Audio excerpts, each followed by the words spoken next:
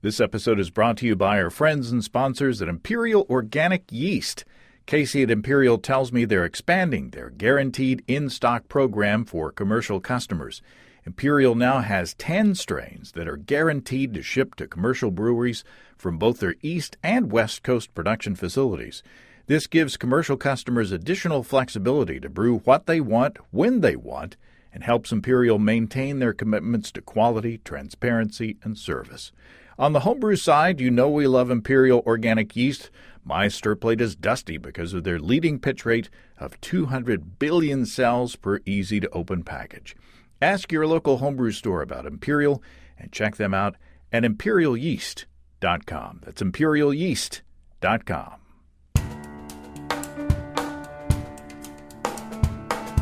Welcome to Basic Brewing Radio for Thursday, March 11th. 2021. I'm James Spencer. Here at Basic Brewing Radio, we're all about home brewing. This week, we revisit the Reborn Apple Blossom Brewing Company in Fayetteville, Arkansas. The brew pub had closed during the pandemic, but it's back up and running under new ownership. Brewer Alton Huebner takes us through a tasty flight of his initial offerings in the revitalized space. If you go to basicbrewing.com, you can find archives of our audio and video shows. And if you go to basicbrewingshop.com, you can find our DVDs and our brewer's logbooks. You can follow me on Twitter and Instagram at Basic Brewing and find our show page on Facebook as well. If you want to support us financially, check out patreon.com/basicbrewing. Thanks to everybody who's helping out in that way. If you go to patreon.com/basicbrewing, you'd see a long list of stuff that you can access if you sign up as a supporter. The next video episode to be rolled out to the general public is Steve's Daisy Cutter Strong Sour Belgian-inspired beer. That was a whopper and delicious, too. Financial supporters have already seen an early release of that video, along with a special bonus video of my technique of making hickory-smoked jalapeno powder. And I've been working on editing the episode with the Belgian-inspired dark, strong ale that I brewed with malt from Sugar Creek Malting Company, whom you've heard about on this show. The weather was finally nice enough to have a couple of friends over for burgers on the patio the other night, and our friend Mike said that that beer, made with the Sugar Creek malt, was maybe the best beer he'd ever had. So, wow.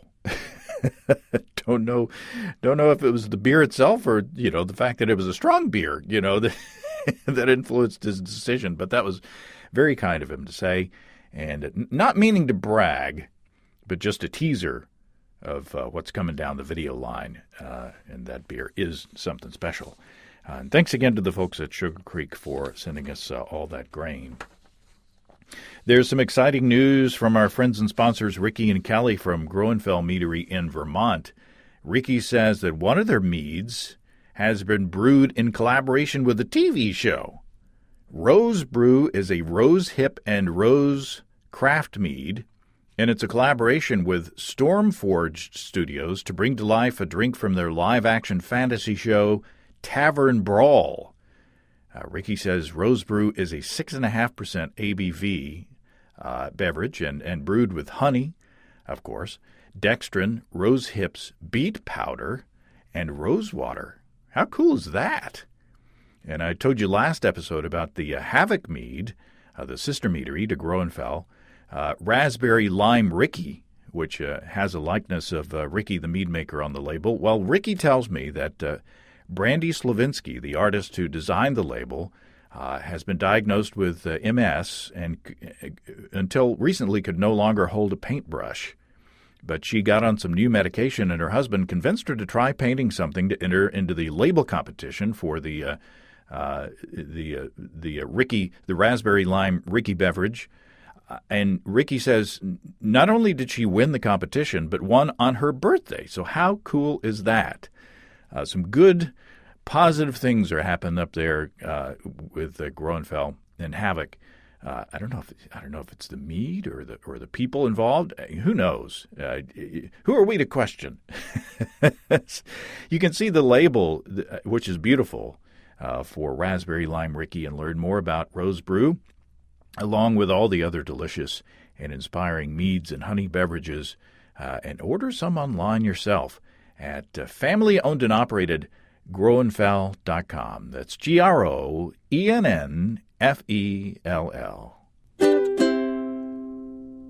Let's take a quick look into the mailbag for a question about fining hard seltzer. Listener Steve writes in with this. Steve says, I've been asked to brew for a wedding this summer and wanted to brew a seltzer or two since they're so popular. I've attempted this a couple times before with no luck, so I bought Chris Colby's book, and Chris Colby's book is How to Make Hard Seltzer.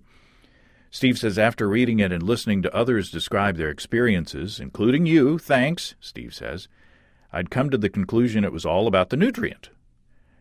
The batch turned out okay, with very little off flavor, but it was a bit cloudy and yellowish. Not bad, mind you, but not as clear as the commercial products. Chris says in his book, Chris suggested fining with a combination of activated carbon followed by PVPP. He suggests a starting point of a thick slurry at 10% weight per volume, which I believe means a ratio of 1 gram of carbon mixed in with 10 milliliters of water. Steve says, I bought a couple of 500-gram bags of the carbon crystals intended for use by distillers. So I ground up 15 grams in a coffee grinder. I then mixed with 150 milliliters of water and then added it to my racked 3-ish gallons of seltzer. Steve says, I've never attempted to use carbon before, but Chris mentioned that the carbon would drop out in a couple of hours, and then the PVPP could be added to finish the job. I've attached a couple of pictures of the batch. I let this sit for 2 weeks undisturbed and haven't added the PVPP yet. And Steve attached some pictures of his seltzer in a glass carboy, and it has sort of a grayish haze.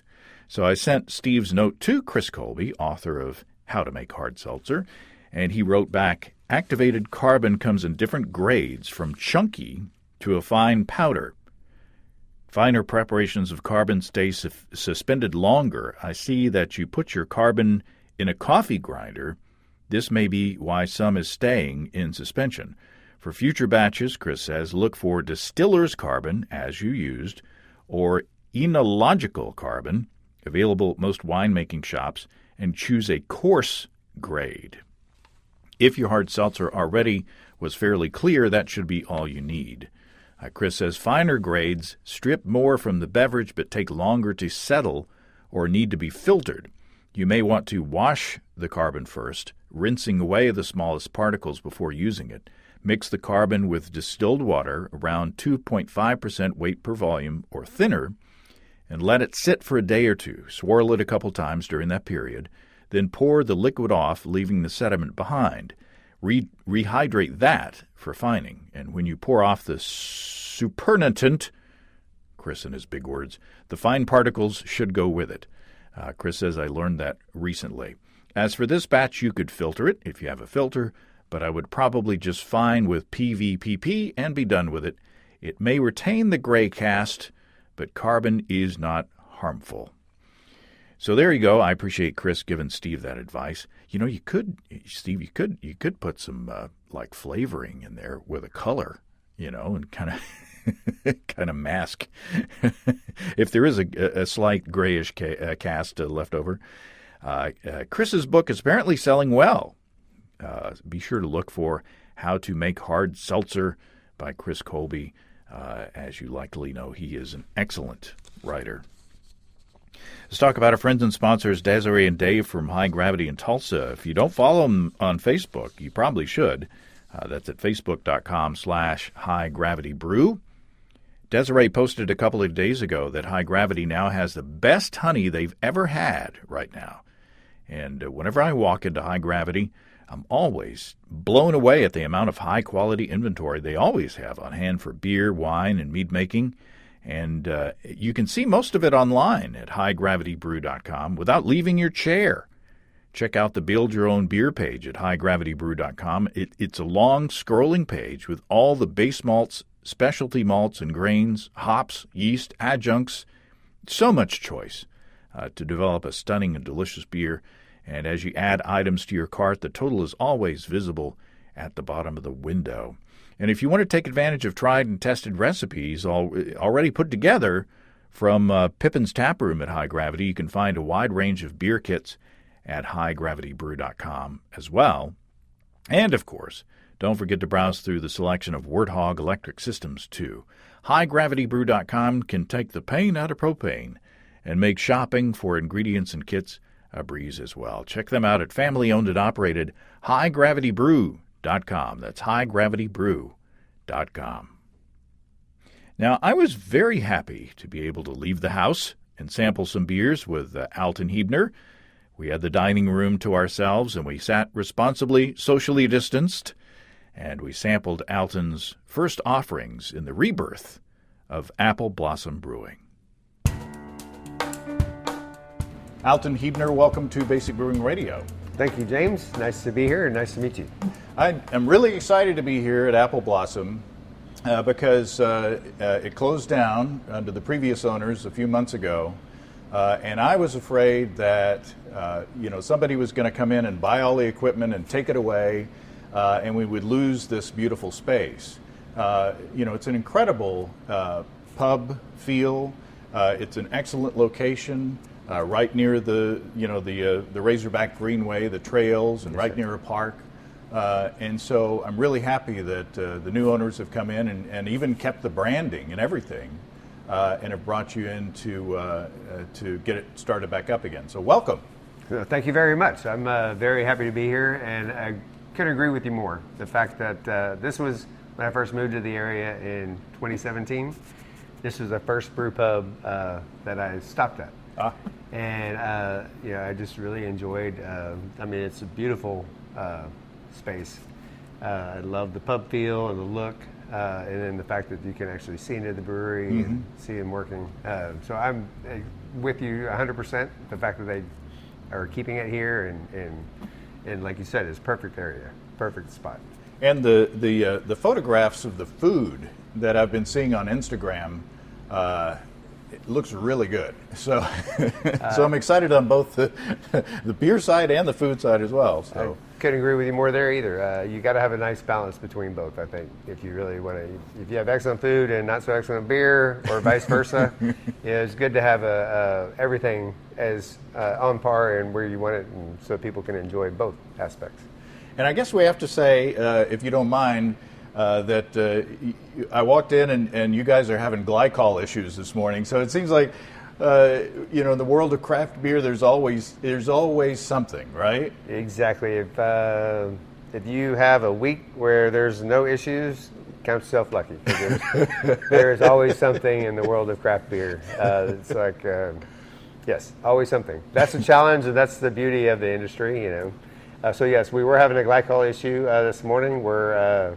So I guess I could be a good time to add Chris Tritt and Brandon Evans were the two brewers that were here before it closed down, and they were hired on by the Trammels, who are the new owners, and they have been invaluable to show me the ins and outs of the brewery, to me, new brewery.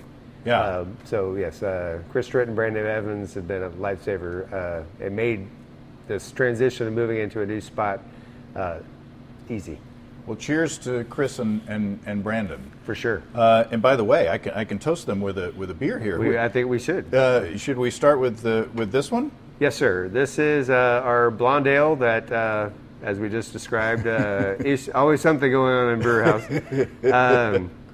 Fermentation got away from us. I guess with the equipment being shut down for about 9 months. And then starting back up, it took us till this fermented out past where we had expected it to realize that there was it was a temperature controller issue, the wiring on it. So when I finally realized what was going on, we came in over the weekend and rewired the controller to actually be able to use it and circulate glycol and get it to actually somewhat be salvaged. So, so our Kolsch that you're going to be drinking is now what we're calling our blonde because of the fact that it fermented out of control and got up to 6%.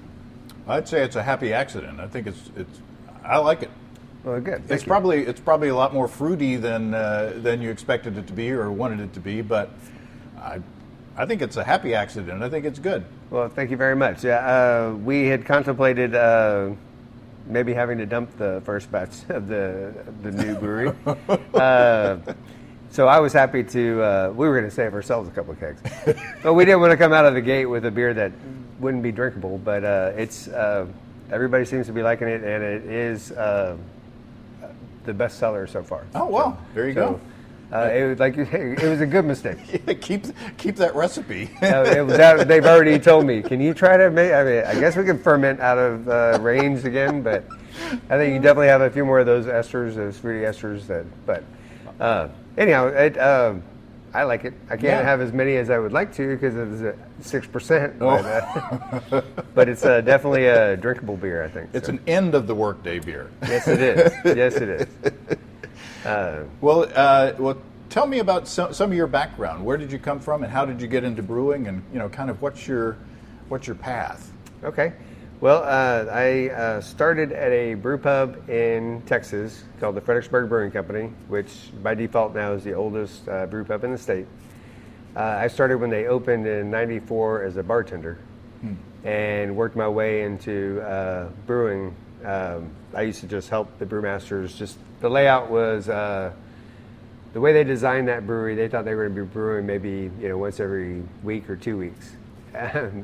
Craft beer was just taking off back then, so we quickly found ourselves actually needing 2 brewers and brewing more like once, twice a week, sometimes 3 times. Yeah, so I kind of got lucky and just kind of fell into it because I was always volunteering to help, throw the grain in the mill and whatnot. Mm-hmm. And so that's how I got my start, really, is just helping and volunteering, and then worked my way into getting paid to do it. I did do a little stint at the UC Davis out in California, in intensive brewing science for practical brewing. And then just going to craft brewers conferences and sitting in the classes and seminars, kind of doing continuing education that way. And sometimes I would learn more just by the happy hour that they would usually have, and visiting with the other brewers and just discussing, hey, I've been having this issue, like, oh yeah, well, try this. And so the brewing community is so amazing in the fact that they're so willing to share their experiences and their issues and how they've overcome, just to help the industry as a whole. You want everyone to be doing the best they can and putting out the best product they can, so that we give each other a good name. Yeah, that's what I hear from almost everybody, is that especially in a community like here in Northwest Arkansas, where everybody knows each other and they're close together. It seems like whenever somebody needs something, or it seems like they're kind of a team almost. Even though they're technically competitors, they're all working on the same side, so to speak. Exactly, and that's so good to see, because obviously there is competition, especially if you're out in the market. But again, I think just everybody wants the name of craft beer to stay up, and so someone who just comes in and has never had craft beer, if they have one that's not so good, they may not come back and try other craft beers. So we just all want to see each other be successful and put out good quality product. I guess we can move on to the second beer. Yes. What do we got here? So this is our Irish style red ale. It's beautiful. Thank you. It's a nice deep kind of copper color, I would say.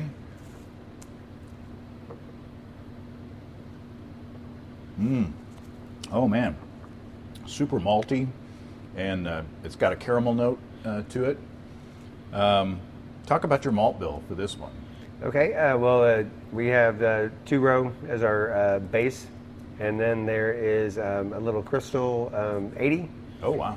And a little crystal 40 that we added to just kind of throw in some nice, caramel malty flavors, and that's basically the malt bill on that one. So, And what are the hops like? the hops it's bittered with Northern Brewer, and then maybe we'll have to edit this part out. What did I have to?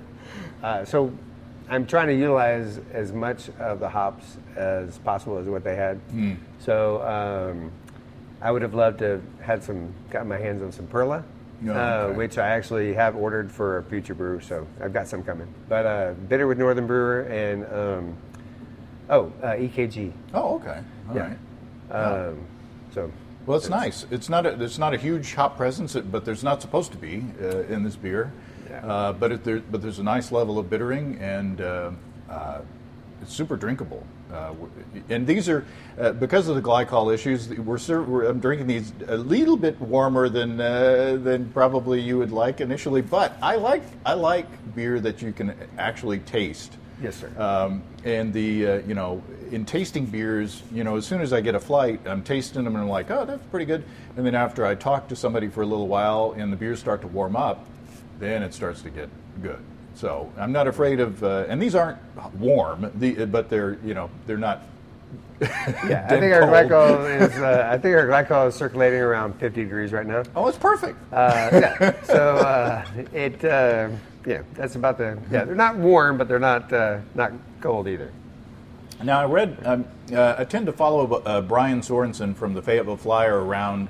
When he does it, I wanted to do an article, to do an interview here. When I saw that y'all were cranking back up, but I wanted to make sure that you got your feet under you and were good to go. So I read Brian Sorensen's article, so I know a little bit about your background. Okay. And you worked at a brewery that was a one-barrel electric system, right? Yes, sir. That was the brewery that I worked at before I moved back up to Arkansas. And I have to say that I didn't think I was going to work at a better brewery ever again. Oh, wow. And it was just,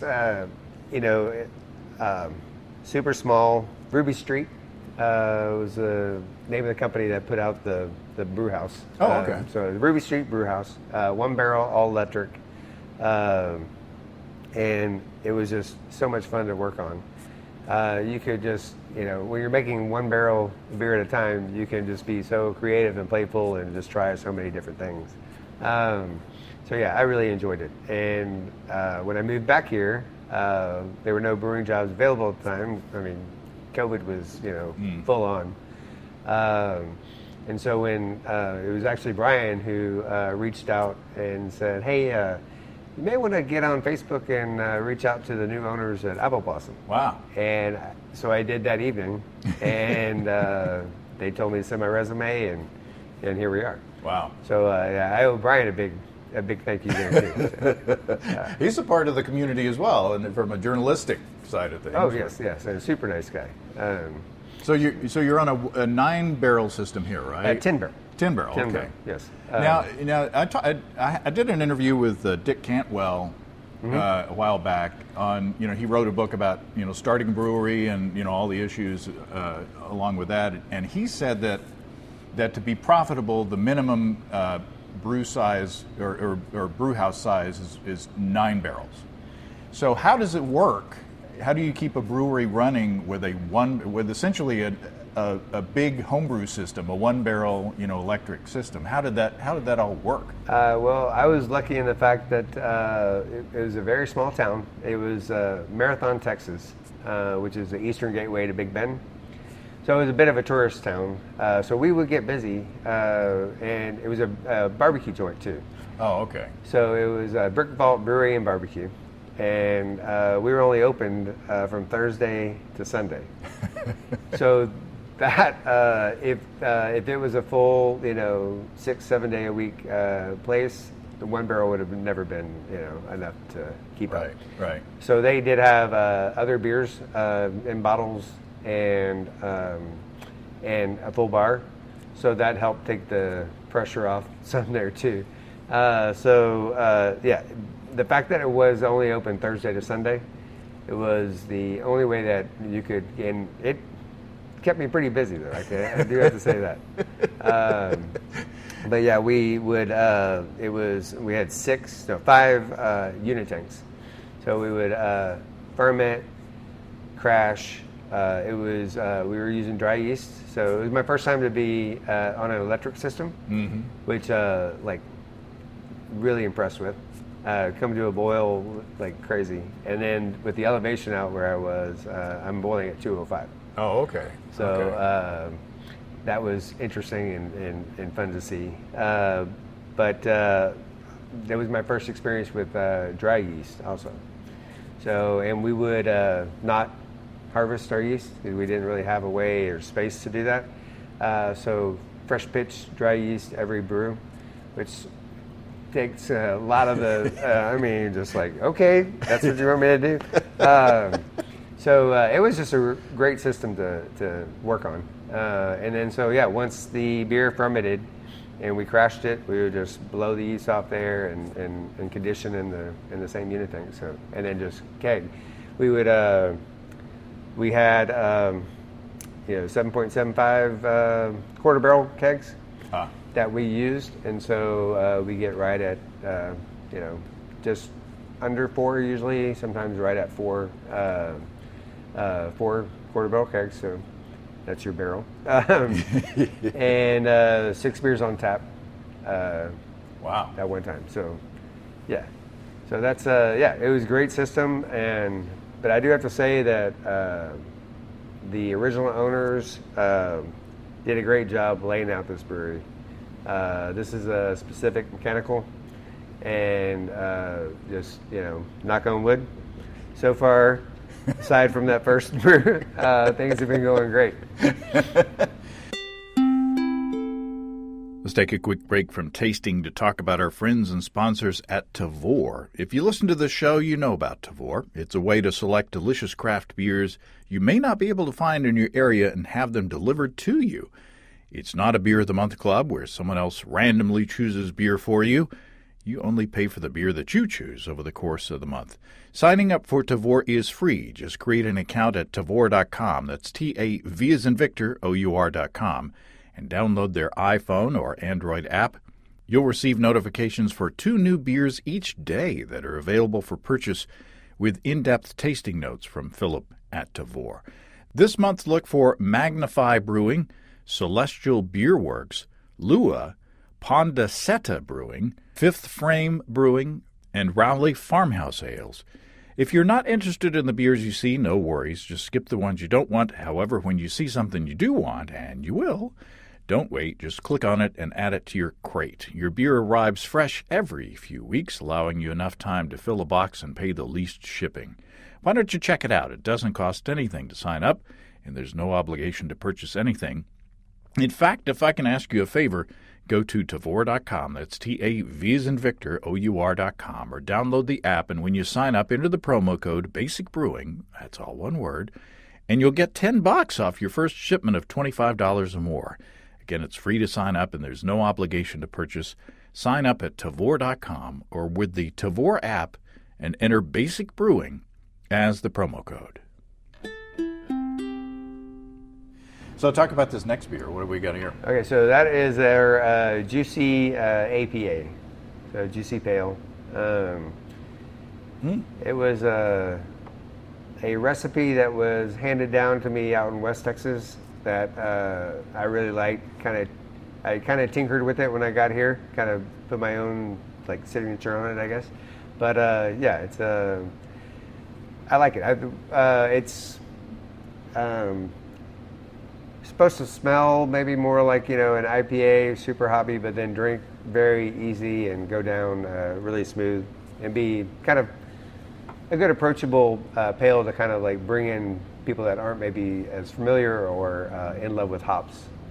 So there's plenty of hop flavor in there. It's, good. And it's not, you can see through it. Alton, you can. It doesn't look like pudding. I meant to shake the keg before I poured that sample for you. There are some oats and some wheat malt in there that was supposed to help with the slight haze character. Right. But it's kind of cleared out a little bit. Well, it's delicious. I'm not complaining.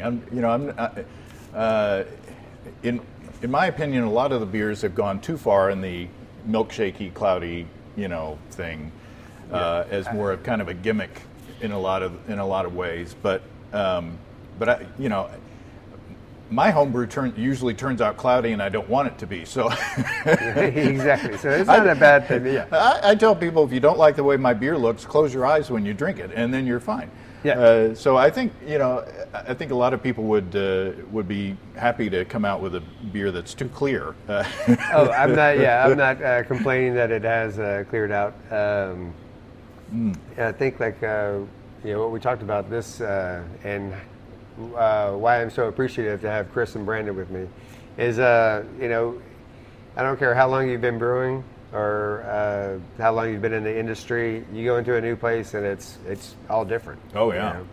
So it's like relearning everything just because it's a new brew house, a new system. So like learning the little ins and outs and the tweaks, they've been invaluable to help me with that, and I'm still learning. So So what's your hopping strategy on this one? Okay, so we have some bittering hops at the beginning of the boil. And again, just because of what I've got in there, I used Northern Brewer. And then we didn't use any hops until actually Whirlpool. Right. And we actually Whirlpool and brought the temperature way down before we implemented the hops. Right. So basically, it was coming out of the heat exchanger, going back into the kettle, and just holding the what's basically our knockout hose in the Whirlpool fashion. Once I had the temperature down where I wanted it, that's where we added our it was Faulkner's Flight. Oh, okay. All which right. I had never used before. So a blend. Yes, and I cut the bag open, and the aroma was amazing, and I was like, all right, this is what we're going to use. So I did the whole 11-pound bag of Faulkner's Flight. Wow. So once the temperature is down, and then just let that steep for about 20 minutes, then did the actual Whirlpool through the Whirlpool, and then knocked out like normal. Do you remember the temperature that you hit? Yes. Not to give away any of the trade secrets. Oh, well, yeah. you don't have to. No. We brought it down to 165. Okay. Yeah. So we're trying to impart just strictly aroma. There's a lot of talk on how much, even at the end of flame out or in Whirlpool, the hop additions might still impart some bitterness. Right. Some say there's none. You're still at like 190 something degrees. You're going to be getting some some bitterness out of that.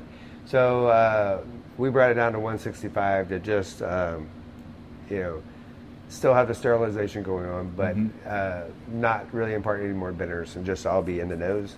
And then I didn't really like the nose when it was fermenting and when it was unfermenting, so dry hopped it with Equinox.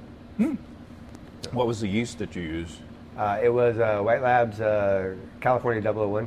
Okay. Yeah. Okay. So that's something that I seem to notice up here in Northwest Arkansas and in a lot of places is a lot of use of white yeast, which is a great company, puts out a great product. I grew up with White Labs, and so I kind of wanted, and I don't think that a lot of people are using White Labs up here, so I kind of wanted to kind of just throw that in the mix, and your yeast puts out a lot of flavor, and it's a large part of your beer.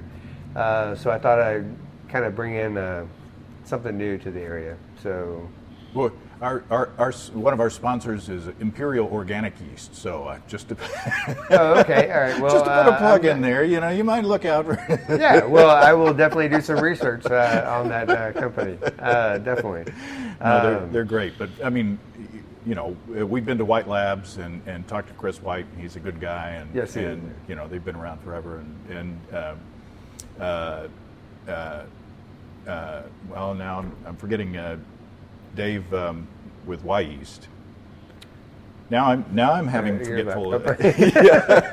Yeah. But anyway, they're all good folks. Oh, for sure. But, as with the industry being where it is and where it's come from, there's so much more options as far as yeast companies. And hop farms and hop companies. And even malting companies. Oh yeah, there's a malting company down in Texas now. And there was I don't know if they're still up and running, but there was a yeast company out of San Marcos. So I have some friends that were going to try to do an all Texas, Texas yeast, Texas malt, obviously Texas water. But and I did a fresh hop beer out in West Texas, if you can believe it or not. But there was a guy growing hops out in Alpine, neighboring town, and the guy I was taking over for went and picked the hops off the vine, and I was brewing, and we used some fresh hops from West Texas, so it was pretty interesting to see. Well, people have I've tried to grow hops on my property, in my yard here in Northwest Arkansas. It's a little tricky, a little hot. Yeah, it can. That's why out in Texas it was like, you're growing what? I'm drinking the brown one now. Oh yeah, that's really good. That's our porter. It's super roasty, and the nose. Yes. The roast just jumps right out at you, and it's got that nice roasty caramely flavor as well. Talk about your recipe a bit here. Okay, well, so there is a little roast, very good, picking that up. There's roast and chocolate malt, and then we've got some dark crystals in there too to kind of give it some body and some, round out that whole feeling, so it's not just hopefully all chocolate and roast. It's really good. And all these have been super drinkable too, which I guess is part of your, I don't see any wacky beers here. There's no glitter beers here, Alton. There. Yeah, I was having a hard time finding glitter in the area, but locally sourced glitter. The Trammels, the new owners, when I first interviewed with them, were telling me what they were kind of aiming for and what they were wanting to start with, which was just very good, approachable beers. Nothing that like slaps you in the face or makes you wonder, what's in it. There is definitely going to be room for experimentation and playing, but they wanted to just have 6 really good, approachable beers. And so we've only got 5 on tap right now, but by next week we should be, our IPA should be ready. So we should be up to six beers. Our grand opening is going to be March 17th. It's an Irish pub, so St. Patrick's Day seems like a perfect day to have a grand opening. So, and the previous Apple Blossom, I believe, had all of their own beers, and they had 3 tap towers that each had 6 taps. So the owners wanted to concentrate on changing it around a bit. So I know your listeners can't see what I'm talking about, but the beautiful copper taps coming down from the ceiling. Oh, wow. That's how it all was. What they did was took the middle one out, replumbed the glycol and the lines to come underneath the bar. And so our 6 taps are the middle of the bar, and then we've got some domestics off on one side, and then other craft, local craft beers on the other. So we're trying to have everybody feel welcomed and have something that they can enjoy, drink-wise. There's a full bar also. Right. And then, obviously putting out some good food to just hopefully have a lot of regulars come back and welcome the change and enjoy what they're having and bring new customers in too. So. Well, it's got to be, part blessing and part curse, obviously, to be starting up during a pandemic, but also part blessing in that you get to have glycol problems, get used to the system, work with Chris and Brandon and getting your feet under you and kind of have this as your, kind of warm up time before you get back into the full swing of things, which I hope is sooner than later. Yes, it's been it definitely not rushing the grand opening, and the owners just kind of giving me they told me kind of what they wanted. They wanted Irish red. They did want a porter. The Austin Trammell, the chef, is a huge fan of wheat beers and Hefeweizens and wheat beers. So that is so. Speaking of which, yeah. So there's a little Hefeweizen for you to try. Yes, I'm glad that I do have a little time to kind of like get my feet under me and really kind of learn the system and dial in the recipes that we've created. So there's a nice level of banana. Yeah, in there. Very nice. They wanted a banana forward Hefeweizen, and so again, that's White Labs. White Labs has a few Hefeweizen strains, so I picked White Labs WLP 300, which is supposed to be more on the banana forward front versus their, whatever that number is. There's another one, I think it's their number 4, which is more on the spicy clove end, which with your fermentation temperature can have a lot to do with that as far as dialing in the flavors that you're looking for. But so yeah, I tried to bring the banana forward for the owners in Austin. What was your temperature range, your fermentation temperature? So yeah, we fermented that one at it was right around 70. Yeah, so I kept it a little bit on the warmer end. From what I've researched and learned, if you ferment your Hefeweizens a little bit lower down in like the lower 60s, you can lessen that banana flavor a little bit. So I wanted to keep it up, 68, 70, kind of make sure I had the bananas in there. Yeah, well, there's plenty of banana. There is some of the spice. There is some clove on the back end as well, but the banana is definitely leading in the balance. Yeah. Did you play with pitch rate? I just went. That was it was a fresh pitch. Obviously, it was our first Hefeweizen.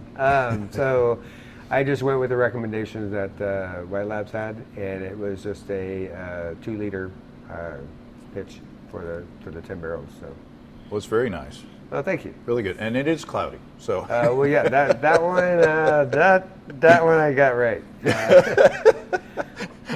Not saying that a clear, juicy IPA is wrong. Oh no. Just as far as what everybody's expecting. Yeah. Which I love everything that you've done. I think everything is very solid. I mean, I'm not a certified judge or anything, but I know what I like, and I've been drinking beer for a while, and these are good. Oh, good. So I'm really happy to have you in the area and brewing these solid styles. What's the long range future? Look into your crystal ball and say, what do you plan to? What are your goals, and what's the future look like? Well, we are actually hoping to baby steps, but eventually get back out in the market. I guess previous Apple Blossom was available in some other bars on tap. The owners have talked about eventually getting to maybe where we have a small canning line and have a couple of our flagships actually out and available in cans. That's the long-term goal. Right now, it's just kind of dialing in and just keeping a consistent product. Right. But then eventually start with maybe getting some kegs out in some local bars, and I think that Ozark Natural Foods has a pretty good little, and I guess I don't know if Whole Foods. I know they shut down their bar. Yeah, eventually they'll get back. I'm sure. So I would love to see, for the near future baby steps, and then near see our product out in some local areas like that. And then, yes, long-term goals the owners have mentioned to hopefully do a little canning. So awesome. That's what we have planned. So excellent. Well, I appreciate it. This has been a lot of fun and delicious. And again, welcome back, and good luck to the future. Well, thank you very much, sir. I appreciate it, and glad to be back. Love Northwest Arkansas, so I'm looking to be here for a long time, and with the help of Chris and Brandon, putting out some great beers for everyone. Well, thanks again to Alton. He and Chris and Brandon have a great start, and best of luck to everybody at Apple Blossom on their grand opening next week. Things are looking up. If you have brewing questions, show suggestions, or just want to say howdy, write to james@basicbrewing.com, or just fill out the contact form on basicbrewing.com. And please don't forget to tell us where you're from. Check out our mobile-friendly shop at basicbrewingshop.com. Thanks to everybody supporting us through our Patreon page. Special goodies coming your way. Check that out at patreon.com/basicbrewing. So until next time, until then, thanks for listening, everybody. I'm James Spencer. Production help for Basic Brewing Radio and our website is provided by Kelly Dotson. Basic Brewing Radio is a production of Active Voicing. Talk to you next time, everybody. In the meantime, stay well and stay tuned. So long.